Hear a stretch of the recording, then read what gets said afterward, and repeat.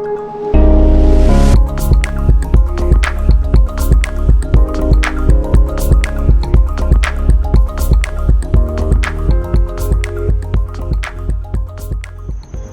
and welcome to another episode of Story Behind the Collector on Collector Chassis, where we give you a collection page and you can put your cars in your collection on the collection page, and then if you want to auction a vehicle, you simply click on Auction My Vehicle and start the auction.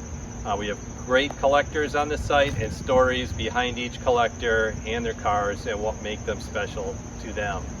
And this morning, I'd like to bring over Bernie and talk to him a little bit about his wonderful collection here. He's got an outstanding Ferrari and a Jaguar.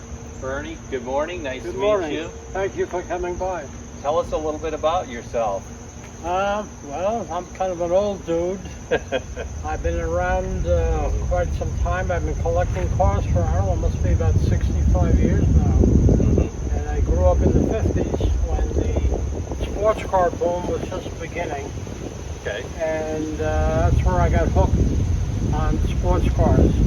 European sports cars? Mostly, yes. Yeah. There was very little American in the way. There was the Corvette, which wasn't really much of a sports car. Mm-hmm. I've owned a early one, 6-cylinder 54. A beautiful car. I love the shape, but not a well-made car at all.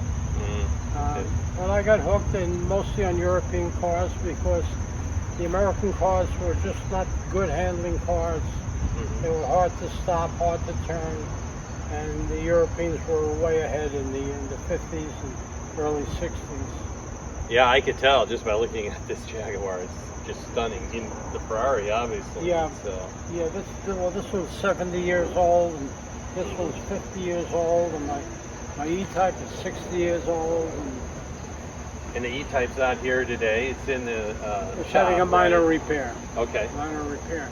The thing with these cars is the parts were not made to last that long.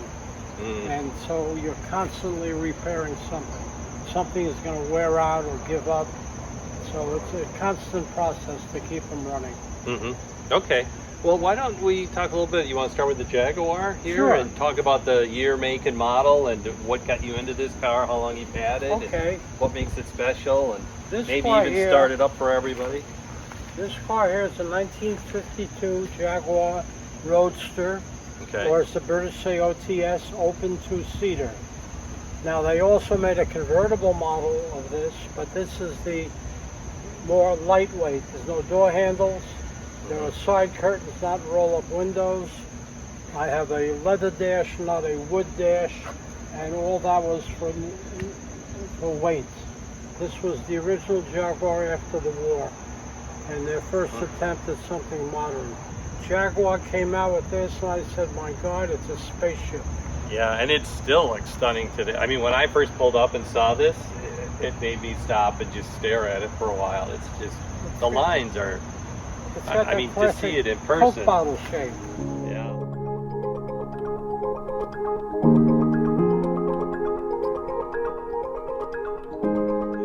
What's rare about this car is this white steering wheel. Okay. It was an option on the car, which very few people took. It was called light colored wheel for export only. And I've only seen one or two other cars that had it. It is extremely rare. In fact, I used to have to carry the book to show the judges that it was an option because they said, no, they're all black.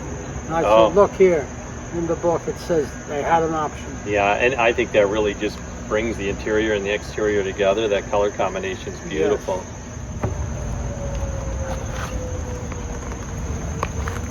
Well, it's a good thing you're still really young, Bernie.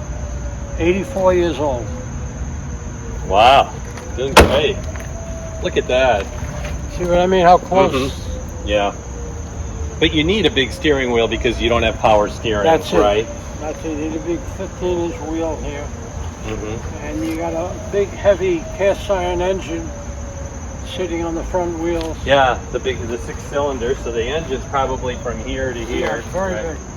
This is the same engine that they used for 40 years. They just bored it out a little bit more. Mm-hmm. And this is 3.4 liter. The XK came out as 3.8 liter, and then was increased to 4.2 liter, and another carburetor added. But it's basically the same engine. Well, look at that. That sounds really good. You keep this car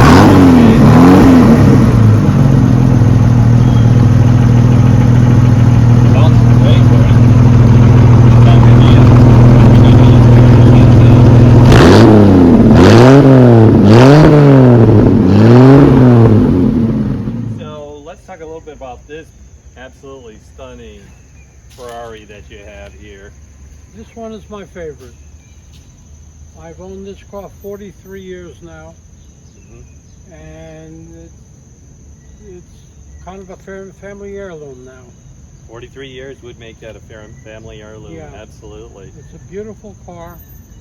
It's a Ferrari 365 GTB4, Okay. also known as the Daytona. This obviously is not the original paint, is it, after all these years?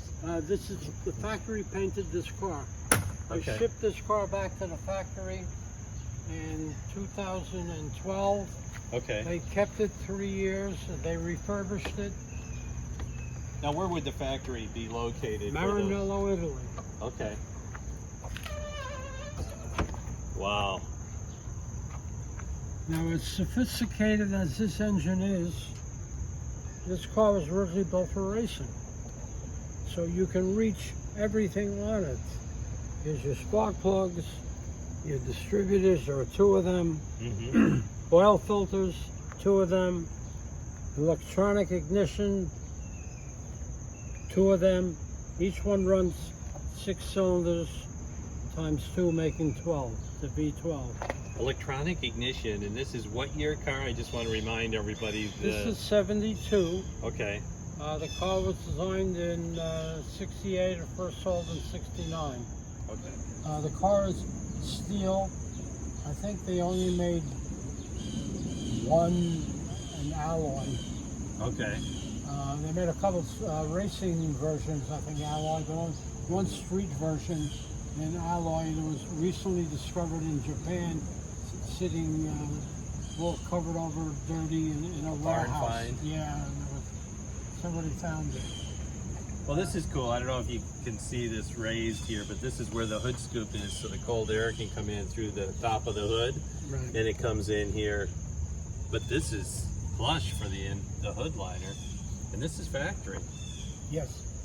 This car is just like it left the factory.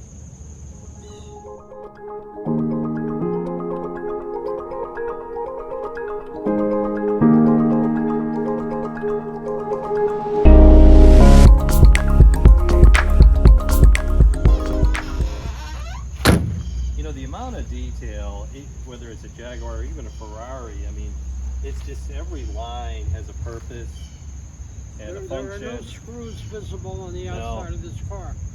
These, what you think are screws, are rivets. I once had to replace this. It took me 4 hours to get everything out of the way to get to it. Okay. Yeah. How do you remove a rivet like that? That you have to drill it out then? No, they from the inside. So you had to go inside the car and move the air conditioner, the compressor, and okay. to get at this line. And how about these wire wheels? What kind of maintenance do you have to do on those? Do you take them off and bring them in your living room? And Exactly. These are Ferraris. It's 7.5-inch wheels. They make an 8-inch and a 9-inch also. They're rather expensive nowadays. They're about $3,500 each. Wow. This tire is $700, and you need a tube. Okay. So you're talking $750 in tires and tubes for each wheel. So you're not taking this car to the track anymore then? No, not anymore. So how many of these cars were built? Coupes, 1,284 Worldwide? worldwide, which is about 200 a year. Okay. And 122 Spiders. And the Spider is the convertible. The convertible model is now worth about $3 million. Okay.